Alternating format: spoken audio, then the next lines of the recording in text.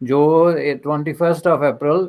1948 کی قرارداد ہے، کیونکہ وہ سمجھتے ہیں کہ اس قرارداد کے مطابق اگر عمل کر دیا جائے، دونوں ملک انڈیا اور پاکستان اس پہ عمل کریں تو اس سے مسئلہ کشمیر حل ہو سکتا ہے، اور پاکستان اس پہ بہت زور دیتا ہے، اور بار بار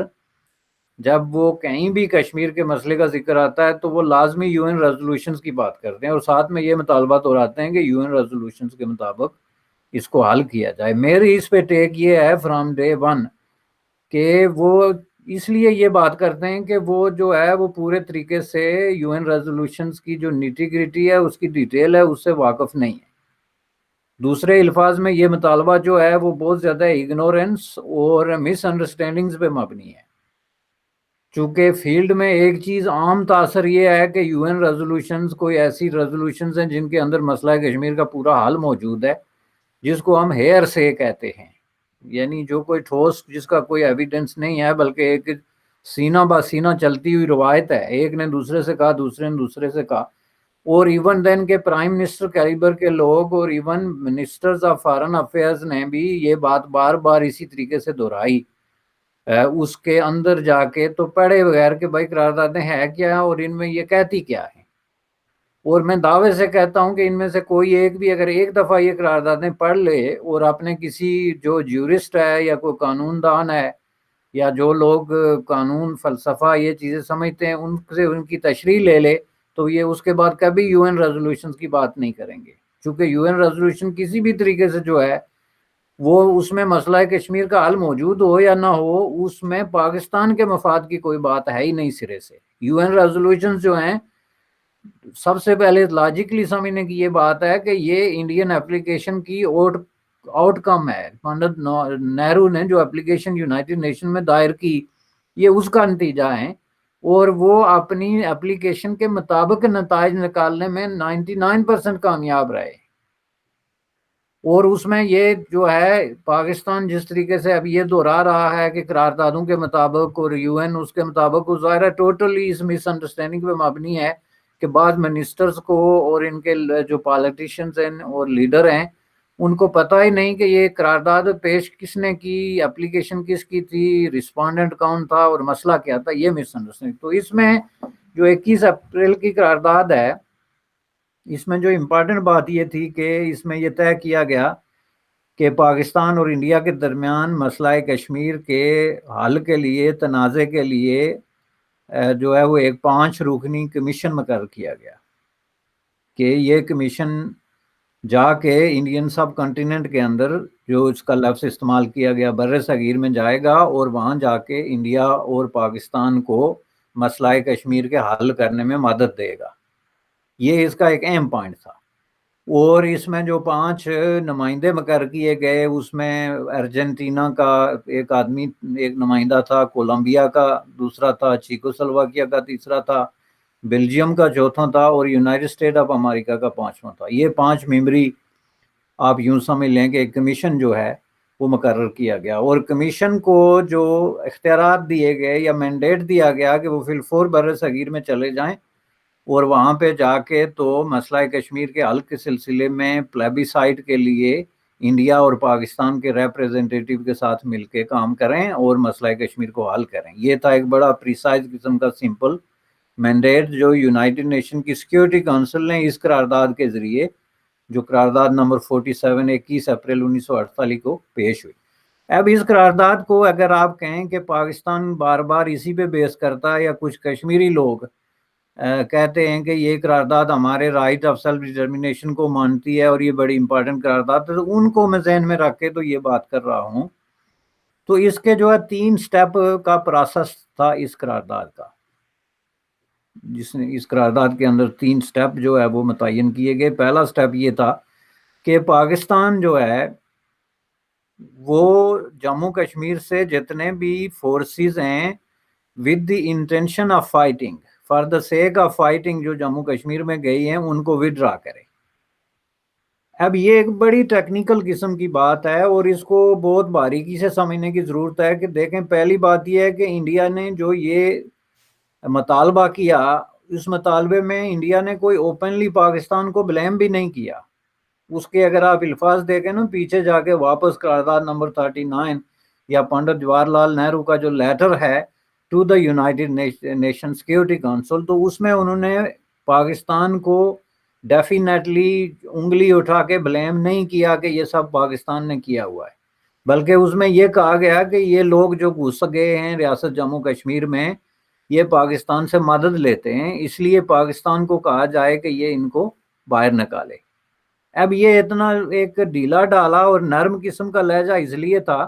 کہ اس وقت انڈیا پاکستان کے درمیان ابھی اس طرح کی دشمنی نہیں چلی تھی، اور پنڈت نہرو اور ان کے دوست یہ سمجھتے کہ یہ مسئلہ جو ہے وہ جسٹ ایک طرح کی آربیٹریشن کا رول دے کے یونائٹڈ نیشن تو اس کو حل کر دے گا، یعنی اس میں کوئی بلیم گیم یا وہ سخت قسم کی لینگویج اور ایگریسو قسم کا رویہ جو اب ہے وہ اس وقت نہیں تھا۔ اس لیے تو اس میں پھر انہوں نے جب یہ وڈرا کی بات کی تو یہ ریفلیکٹ ہوتی ہے یونائٹڈ نیشن میں انٹینشن دونوں پاکستان اور انڈیا کی، تو اس میں انہوں نے یہ نہیں کہا کہ پاکستانی فورسز، اور یہ بہت امپارٹنٹ بات اس وقت جو ہے وہ ہو رہی ہے کہ 21 اپریل کو 1948 میں جو قرارداد تھی اس میں یہ نہیں کہا گیا کہ پاکستانی فورسز وڈرا کریں، بلکہ انہوں نے کہا کہ جو فائٹر ہیں ان کو پاکستان وڈرا کرے وہاں سے، یعنی اس وقت تک ابھی یونائٹڈ نیشن یا انڈیا پاکستان کو پن پوائنٹ کر کے نہیں کہہ رہا تھا کہ اس کی فورسز وہاں پہ ہیں، اور دوسرا یہ کہ پاکستان نے اوپنلی پہلے ہی لیٹر کے جواب میں یہ لکھ دیا تھا کہ جی ہماری فورسز تو وہاں ہیں ہی نہیں، یعنی اس پورے قضیے سے ہمارا کوئی لینا دینا ہی نہیں ہے، اور جو فائٹر وہاں پہ گھسے ہوئے ہیں ان سے ہمارا کوئی تعلق واسطہ ہی نہیں۔ اس لیے اس قرارداد میں یہ بڑی بہت امپارٹنٹ بات ہے، اور میں آگے چل کے آپ کو بتاؤں گا کہ یہ کیوں امپارٹنٹ ہے۔ تو اس لیے اس قرارداد میں کلیئرلی پاکستان کو یہ کہا گیا کہ یہ سب لوگ جو فائٹرز ہیں جو for the sake of fighting Kashmir کے اندر موجود ہیں ان کو نکالے۔ اب اس سے مراد جو تھی وہ ایک تو ٹرائبل انویڈرز تھے، اور دوسرا جو کشمیری جو فائٹر تھے آزاد کشمیر کی طرف سے جو ایکس ملٹری مین اور جو اس طرح کے دوسرے گروپ تھے وہ اس میں شامل تھے کہ ان سب کو جو ہے وہ وہاں سے وڈرا کیا جائے۔ اس کا ایک پہلا سٹیپ یہ تھا۔ دوسرا سٹیپ یہ تھا کہ انڈیا کو کہا گیا کہ وہ جو اپنی فورسز ہیں وہاں پہ آرمی ہے اس کو ریڈیوس کرے،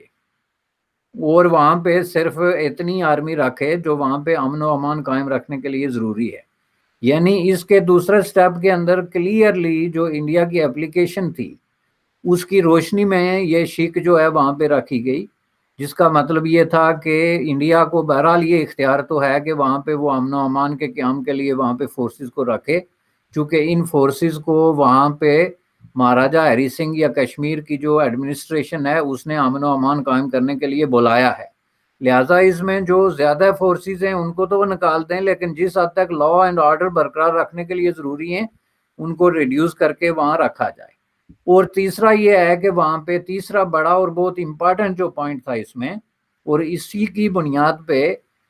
پاکستانی اور جو کشمیری کچھ لوگ ہیں وہ اس پہ بار بار زور دیتے ہیں کہ اس میں ایڈمنسٹریٹر کے مقرر کرنے کی بات کی گئی تیسرے سٹیپ کے طور پہ، کہ جب پاکستان کی طرف سے یہ سارے فائٹر نکل جائیں، انڈیا اپنی فورسز کو ریڈیوس کر دے، صورتحال نارمل ہو جائے، تو وہاں پہ ایک ایڈمنسٹریٹر مقرر کیا جائے جو پلیبیسائٹ کرنے کے انتظامات کرے۔ تو اس سٹیپ کو وہ کہتے ہیں بنیاد بنا کے کہ جی یونائٹڈ نیشن نے تو پلیبیسائٹ کو واحد حل قرار دے دیا تھا، اس لیے وہی واحد حل ہے اور اسی کی روشنی میں مسئلہ کشمیر حل ہوگا، جو کہ ایک گراس قسم کی مس انڈرسٹینڈنگ ہے جو میں آگے چل کے تو آپ کو بتاؤں گا۔ اب مزے کی بات یہ ہے کہ یہ جو قرارداد تھی، اور یہ بہت سمجھنے کی چیز ہے، اپریل 1948 کی یہ قرارداد، اس پہ انڈیا اور پاکستان دونوں نے آبجیکشن کیا، اور دونوں کی اپنی اپنی وجوہات تھی۔ اب دونوں نے آبجیکشن جو کیا اس میں مثلا انڈیا نے آبجیکشن اس بات پہ کیا کہ یہ تو اس طرح تو ہم تو اپلیکینٹ ہیں اور ہمیں انصاف دینے کے بجائے ہمیں پاکستان کے برابر جو ہے وہ ٹریٹ کیا جا رہا ہے کہ جی وہ وہاں سے فورسز نکلیں تو آپ بھی اپنی فورسز جو ریڈیوس کرائیں اور اس کے بعد ایڈمنسٹریشن جو ہے وہ مقرر کی جائے وغیرہ وغیرہ۔ تو اس بنیاد پہ اس پہ آبجیکشن ہو گیا قرارداد پہ، جس کا مطلب یہ تھا کہ انہوں نے قرارداد تسلیم کرنے سے انکار کر دیا۔ اب جو لوگ یہ کہتے ہیں کہ یونائٹڈ نیشن کی قراردادوں کو امپوز کیا جا سکتا ہے، یا اگر آپ ان کو نہیں مانتے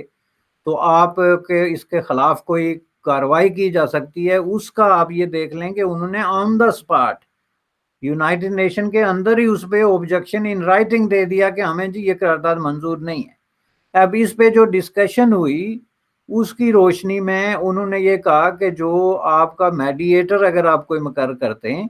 اور میڈیشن کا رول پلے کرتے ہیں، آربیٹریشن کا رول پلے کرتے ہیں، تو اس کے لیے ہم کمیشن کے ساتھ، یہ جو 5 رکنی کمیشن ہے اس کے ساتھ ہم تعاون کرنے کے لیے تیار ہیں، لیکن اس قرارداد کو ہم نہیں مانتے، جس کا مطلب یہ ہے کہ پاکستان اور انڈیا نے واضح طور پہ آبجیکشن کرنے کے بعد یہ کہا کہ whoever we are willing if you want to facilitate negotiation between us۔ یہ ایک بڑا امپارٹنٹ قسم کا نقطہ ہے کہ یہ بات کے کرنے کے بعد اس قرارداد کی قانونی اور فیکچول حیثیت کیا رہ جاتی ہے کہ جب دونوں پارٹیز جو ٹو دا ڈسپیوٹ ہیں دونوں نے آبجیکشن ریز کر دیا، نہ اس آبجیکشن کو ریزالو کیا گیا اور نہ ہی یونائٹڈ نیشن سیکورٹی کونسل نے اس پہ انسسٹ کیا کہ آپ اس قرارداد کو مانیں ہی مانیں، بلکہ اس کے برعکس ان کی پروپوزل کے مطابق یونائٹڈ نیشن نے اپنے آپ کو ماڈیفائی کیا، یونائٹڈ نیشن کا جو کمیشن تھا فار انڈیا اینڈ پاکستان۔ تو اگر اس قرارداد کے اندر کوئی جان ہوتی، اس کا کوئی ایتھیکل، کوئی جوریڈک یا کوئی پولیٹیکل یا ایون کوئی بھی کسی قسم کی کوئی اخلاقی حیثیت بھی بنتی، تو کمیشن بجائے اس کے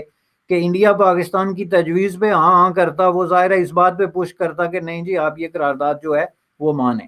اب انڈیا نے انکار کر دیا، میڈیشن کی بات وہیں کی وہاں رہ گئی، قرارداد بھی وہاں کی وہاں رہ گئی اور اجلاس برخواست ہو گیا، کمیشن بھی جو ہے وہ چلا گیا۔ اس کے بعد بات ادھر ادھر ہو گئی اور فائٹنگ جو بنیادی چیز تھی جس کے لیے پنڈت جواہر لال نہرو نے یہ اپلیکیشن دی تھی، وہ اسی طرح مختلف شکلوں میں جو ہے وہ کنٹینیو رہی۔ یہ اپریل کی بات میں کرتا ہوں۔ اس کے بعد اپریل، مئی اور جون میں جا کے تو ایک قرارداد اسی طرح جون 1948 میں پیش ہوئی جس میں یہ کہا گیا کہ جی ہم نے جو پہلے قراردادیں پیش کی تھی ان کو ہم ری افرم کرتے ہیں، یعنی اس کو ری کنفرم کرتے ہیں کہ وہ قراردادیں صحیح تھی، جس میں کہ ظاہر ہے بڑی واضح قرارداد یہی 47 کی تھی، جس کا مطلب یہ ہے کہ یونائٹڈ نیشن یا اس کا جو کمیشن فار انڈیا اور پاکستان ہے وہ بجائے اب خاموشی اختیار کرنے پہ اس پہ کوئی کام کرے۔ تو اس پہ جو یعنی یہ ایک طرح کا پش تھا یونائٹڈ نیشن میں دوبارہ کہ اس پہ اب آگے کیا کر رہے ہیں، جس کے جواب میں یونائٹڈ نیشن نے یہ 3 جون کی قرارداد جو ہے وہ پاس کی کہ یہ کمیشن جو ہے وہ ہم ری افرم کرتے ہیں، اور کمیشن انڈیا اور پاکستان میں جا کے یعنی وہی بات انہوں نے دہرائی کہ پہلے جو قراردادوں میں ان کو جو مینڈیٹ دیا گیا ہے اس کے مطابق عمل کریں، جس کے نتیجے میں جولائی میں کمیشن گیا۔ اب اس میں آپ کو بتاتا ہوں کہ پیچھے میں نے 2 باتیں جو واضح کی تھی وہ کیا تھی۔ اب کمیشن جب جولائی میں کراچی پہنچا تو کمیشن کو پاکستانی جو عہدے دار تھے، ہائی آفیشل جو ایڈمنسٹریشن تھی، انہوں نے اس کو بتایا کہ جی وہ آپ کو تو اصل بات کا پتہ ہی نہیں چلا۔ تو انہوں نے کہا جی اصل بات کیا تھی؟ تو انہوں نے کہا جی ہمارے 3 بریگیڈ جو ہیں وہ کشمیر میں لڑ رہے ہیں سنس مئی، یعنی آپ یہ دیکھیں کہ یہ قراردادیں پیش ہو رہی ہیں 21 اپریل 1948 کو قرارداد پیش ہو رہی ہے جس میں پاکستان یہ کہتا ہے کہ we have nothing to do with this fighting in Kashmir. وہاں پہ اگر کوئی ٹرائبل گیا ہے یا کوئی آزاد کشمیری گیا ہے، جو اس وقت آزاد کشمیر ظاہر نہیں تھا اس وقت ابھی، لیکن جو وہ ملیٹری ایکس ملیٹری مین کوئی گئے، تو ہمارا تو ان سے کوئی لینا دینا ہی نہیں، ہماری فورسز کو تو پتہ ہی نہیں ہے کہ کشمیر میں ہو کیا رہا ہے۔ اور اس کے بعد جولائی میں جب کمیشن جا کے کراچی اترا تو انہوں نے ان کو کہا جی ہم آپ کو اپڈیٹ کرتے ہیں، اور اپڈیٹ یہ ہے کہ ہماری تو 3 بریگیڈ فوج ہے، ریگولر فوج جو ہے وہ کشمیر میں لڑ رہی ہے۔ انہوں نے کہا جی کب سے؟ تو انہوں نے کہا جی جون سے، مئی سے۔ اب انہوں نے جب یہ بات کہی تو it was a shocking kind of a declaration جو پوری سچویشن کو ہی چینج کر رہا ہے، چونکہ یونائٹڈ نیشن کی تو ساری قراردادیں کاروائی ہوئی اس بیس پہ رہی تھی کہ وہاں پہ کچھ پرائیویٹ گروپس لڑ رہے ہیں، تو پاکستان پہ اس لیے انہوں نے اتنا ہلکا ہاتھ رکھا، جیسا کہ میں نے عرض کیا تھا کہ نہ انہوں نے اس کو بلیم کیا، نہ فورسز کا لفظ استعمال کیا۔ اب انہوں نے کہا جی ہمارے 3 بریگیڈ جو ہیں وہ وہاں پہ لڑ رہے ہیں، تو اس پہ جو ہے وہ انہوں نے کہا جی اب تو سچویشن چینج ہو گئی ہے، چونکہ ہمارا مینڈیٹ تو بالکل ڈیفرنٹ ہے۔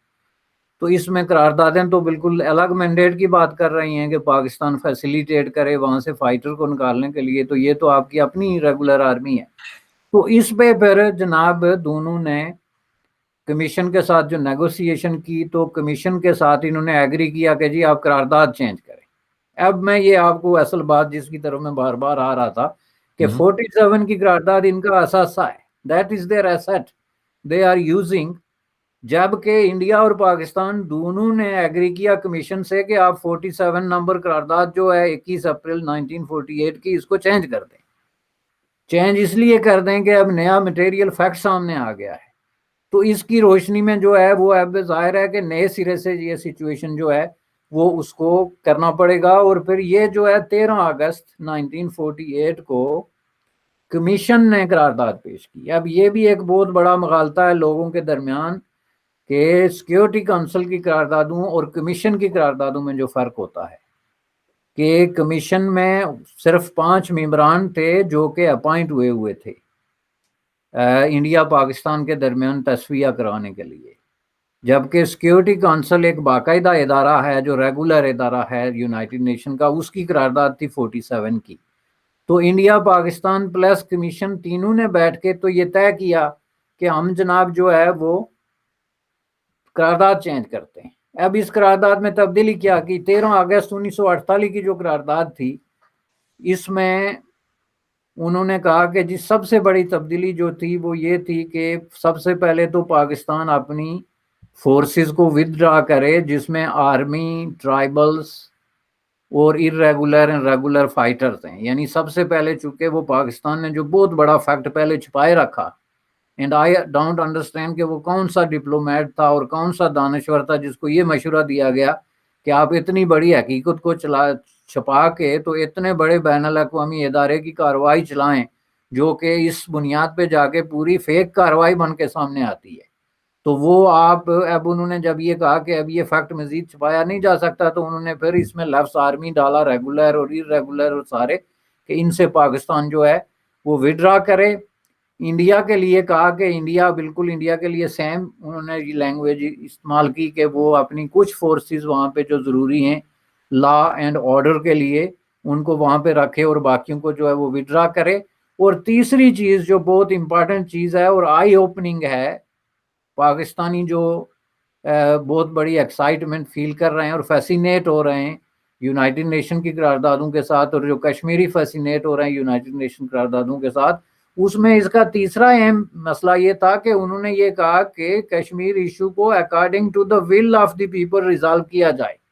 اب آپ اس کو کمپیئر کر کے دیکھیں 47 کی قرارداد کے ساتھ. 47 کی قرارداد واحد قرارداد تھی جس میں انہوں نے پلیبیسائٹ کا لفظ استعمال کیا کہ ایک ایڈمنسٹریٹر مقرر کیا جائے جو پلیبیسائٹ کے لیے بندوبست کرے، اور پلیبیسائٹ کے ذریعے کشمیریوں کے مرضی معلوم کی جائے کہ وہ کس کے ساتھ جانا چاہتے ہیں، انڈیا کے ساتھ یا پاکستان کے ساتھ. اس کی جگہ جو پاکستان اور انڈیا کی دونوں کی مرضی سے انہوں نے امینڈمنٹ کر کے 13 اگست 1948 کی قرارداد لائی. اس میں پلیبیسائٹ کی جگہ انہوں نے کہا کہ free will of the people. اب یہی اصل پرابلم ہے کہ free will of the people جو ہے اس پہ انڈیا نے یہ جو آگے چل کے تو یہ کہا کہ جی فری ول تو کئی طریقوں سے جو ہے وہ حاصل کی جا سکتی ہے. فار ایگزامپل جو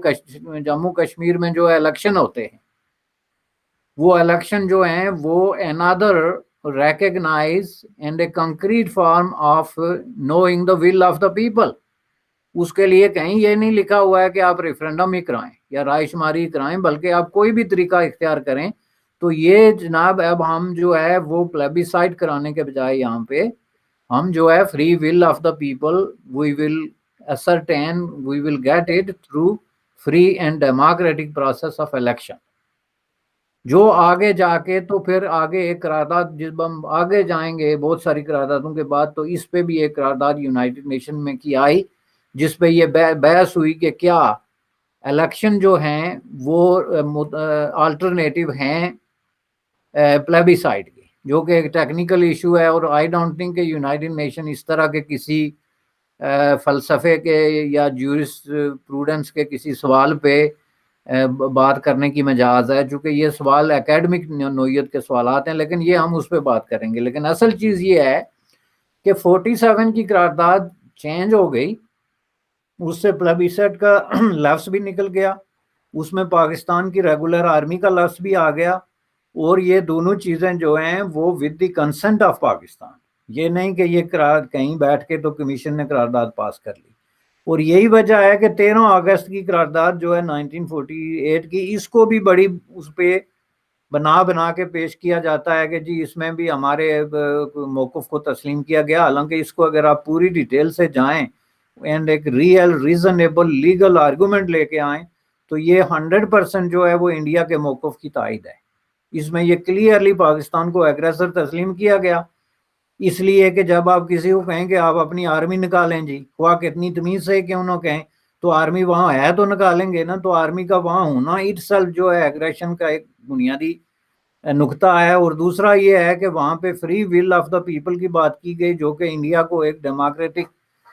پروسیس میں اس کو اپنے طریقے سے جو ہے وہ ریکٹیفائی کرنے اور آگے لے جانے کا جو ہے وہ موقع مل گیا. اب 47 کی قرارداد کی بات ختم ہو گئی، چونکہ اس قرارداد سمجھ لیں ہے ہی نہیں،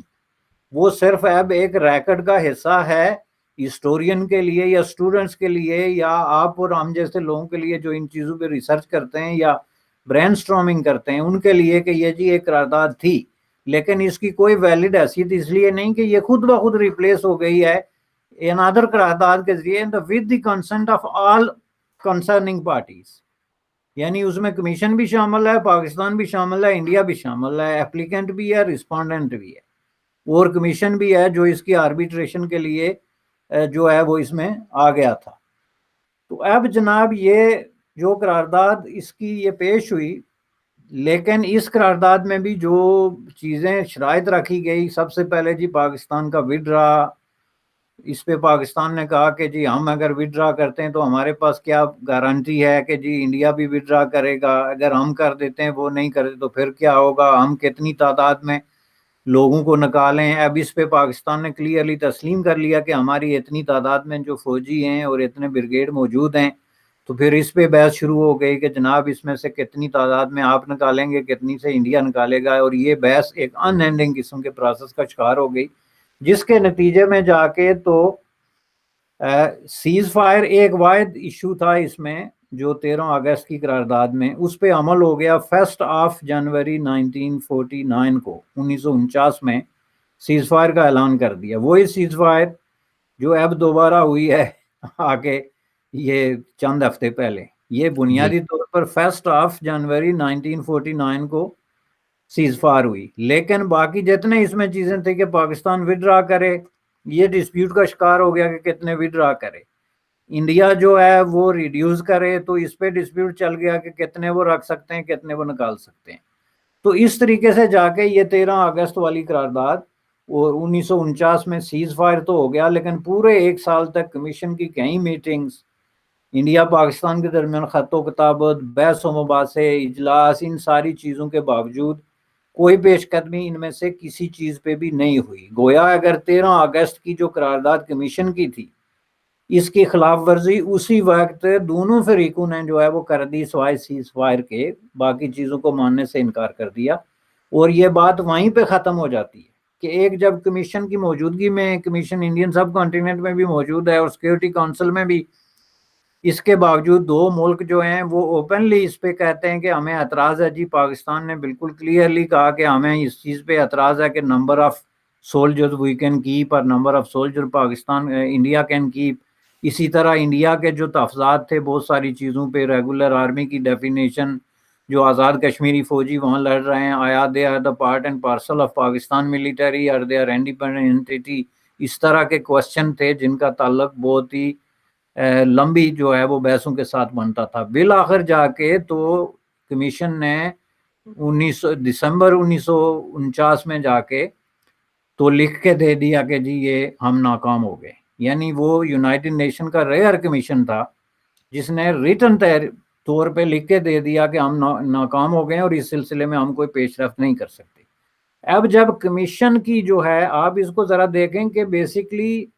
قراردادیں جو ہیں وہ سیکیورٹی کونسل کی ہیں for the appointment of the commission, اور کمیشن جب اپوائنٹ ہوتا ہے تو with the consent of India and Pakistan. پہلے تو قراردادیں جو چینج کرتا ہے جن کی لیگل ویلیڈیٹی اور اخلاقی حیثیت سب کچھ ختم ہو جاتی ہے، اور اس کے بعد جو بچے کھچے اس کے حصے ہیں جس پہ وہ کوشش کرتے ہیں کہ کسی طریقے سے اس کو